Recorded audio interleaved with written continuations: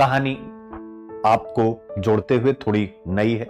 भविष्य के साम्राज्य और सुनील अभिव्यक्ति का मिशन यह है कहानी। एक सुंदर पहाड़ी स्थान, अब मैं थोड़ा सा अपना एक प्लान भी, एक सुंदर पहाड़ी क्षेत्र में स्थित IQIP एकेडमी यानी मेरी, जहां यूपीएससी के छात्रों की तैयारी जोर शोर से चल रही थी।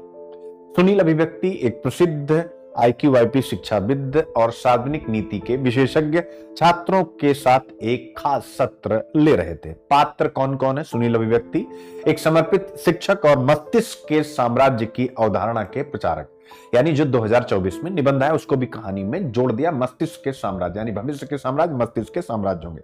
राधिका एक होनहार छात्रा जिसका अपना सार्वजनिक नीति में करियर बनाना सपना है। अमित एक इंजीनियर जिसने यूपीएससी के लिए अपने करियर में बदलाव किया है।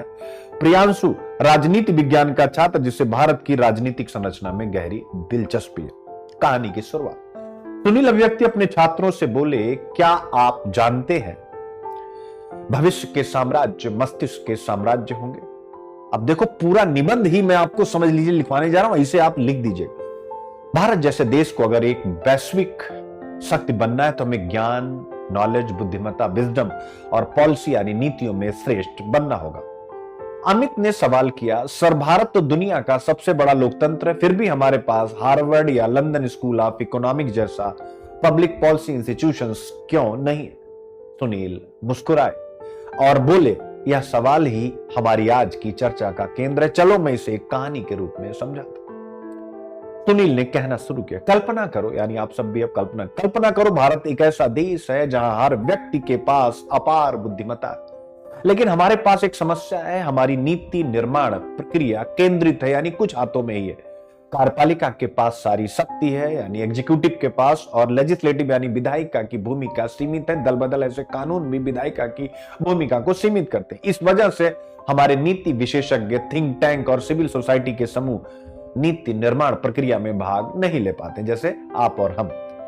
प्रियांशु ने कहा, यानी अमित के बाद अब प्रियांशु ने प्रश्न उठाया, तो इसका मतलब है कि हमें अपनी प्रणाली को अधिक लोकतांत्रिक बनाना होगा, जैसे अमेरिका में कांग्रेस का स्वतंत्र होना, यानी अमेरिका की कांग्रेस स्वतंत्र है, वह स्वयं नीति बना सकती है। बिल्कुल, सुनील बोले। अमेरिका और यूरोप में सार्वजनिक नीति संस्थान इसलिए सफल है क्योंकि उनके पास एक विकेंद्रीकृत यानी डिसेंट्रलाइज्ड और स्टेबल यानी स्थिर सिस्टम यानी प्रणाली है। भारत में हमें ऐसा मॉडल चाहिए जो हमारी अनूठी राजनीति और संस्कृति के अनुसार, यानी अपनी परिस्थितियों के अनुसार। राधिका का सपना। राधिका ने उत्साह से कहा, सर मुझे लगता है कि हमें एक ऐसा सार्वजनिक नीति स्कूल चाहिए जो भारत के जमीनी स्तर की समस्याओं को समझे और उसे हल करे, यानी प्रोसेस ऑफ डिप्रीविएशन, इनकम इनइक्वालिटी, इस प्रकार की जातीय विविधता। भारत में कितनी जातियां, क्षेत्रीय राजनीति, ढेर सारे राजनीतिक दल और सामाजिक असमानता जैसे मुद्दों को संबोधित करने वाला करिकुलम यानी पाठ्यक्रम होना चाहिए। सुनील ने राधिका की तारीफ की। यह बिल्कुल सही सोच है राधिका, हमें एक ऐसा स्कूल चाहिए जो केवल सिद्धांत नहीं पढ़ाए बल्कि यह भी सिखाए कि भारत के जटिल राजनीतिक और सामाजिक ढांचे में कैसे काम करना है। मिशन का उद्देश्य। सुनील ने छात्रों को समझाया, एक वैश्विक सार्वजनिक नीति विद्यालय भारत के लिए एक शैक्षिक उपलब्धि नहीं होगा, यह एक नई शक्ति का निर्माण करेगा, मस्तिष्क की शक्ति। हमें एक ऐसा संस्थान चाहिए जो नेताओं और नीति निर्माताओं को तैयार करे, जो न केवल भारत बल्कि दुनिया की समस्याओं का समाधान कर सके। अमित ने पूछा, सर तो हमें इस तरह के स्कूल के लिए क्या क्या करना होगा?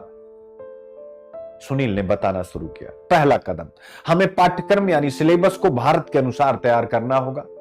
छात्रों को न केवल नीति निर्माण के सिद्धांत सिखाए जाएंगे बल्कि जमीनी स्तर पर समस्याओं को हल करने के व्यवहारिक तरीके भी सिखाए जाएं।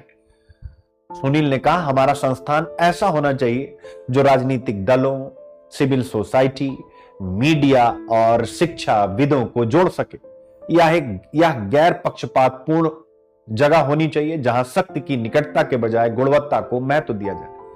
प्रियांशु ने इसमें अपनी बात जोड़ी, और यह संस्थान सत्ता परिवर्तन के बावजूद स्थिर रहे, यानी किसी की भी सत्ता आए जाए यह संस्थान प्रभावित ना हो, उसका डायरेक्टर ना बदले, इस प्रकार की चीजें ना हो, ताकि थिंक टैंक और नीति विशेषज्ञ अपनी भूमिका निभा सके। सत्र के अंत में सुनील ने छात्रों से कहा, अगर हम भारत को एक वैश्विक नीति शक्ति बनाना चाहते हैं तो हमें इस सपने को साकार करने के लिए कड़ी मेहनत करनी होगी। भविष्य के साम्राज्य मस्तिष्क के साम्राज्य होंगे और हमारा काम है इस साम्राज्य को मजबूत बनाना। ठीक है मेरे प्यारे बच्चों, पॉइंट इज क्लियर।